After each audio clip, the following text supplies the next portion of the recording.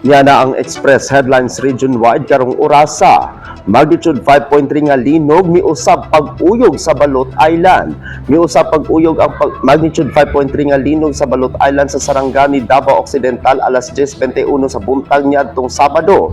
Sumala sa PHIVOLCS maol kini ang naitalang instrumental intensities. Intensity 3 sa Malapatan sa Sarangani, intensity 2 sa Kiamba ug Malungon sa Sarangani, Tupi ug Tiboli sa South Cotabato, intensity 1 sa Maitom ug Maasim sa Sarangani, dakbayan sa General Santos ug South Cotabato. Kini usa gihapon ka aftershock sa magnitude 7.8 nga linog nga miigo sa Sarangani niadtong Hunyo 8 karong tuiga.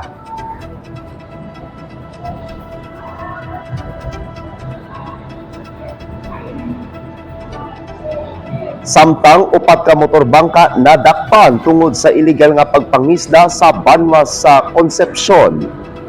Nadakpan ang upat ka motorbangka tungod sa illegal nga pagpangisda sa baybayon sa barangay Talutuan sa dakbayan sa Concepcion, lalawigan sa Iloilo ni adtong Domingo. Ang mga nadakpan nga sakyanan mao ang FB Warriors, Brian, Neneng Melda ug FB Maria Eden na ang tag-iya tanan gikan sa istansya.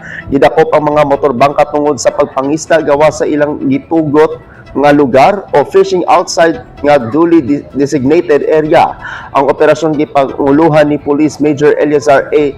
Pimacosa, officer in charge sa 2nd Iloilo Provincial Mobile Force Company, Bantay Dagat Task Force sa Iloilo Provincial Office o Police Provincial Office or IPPO.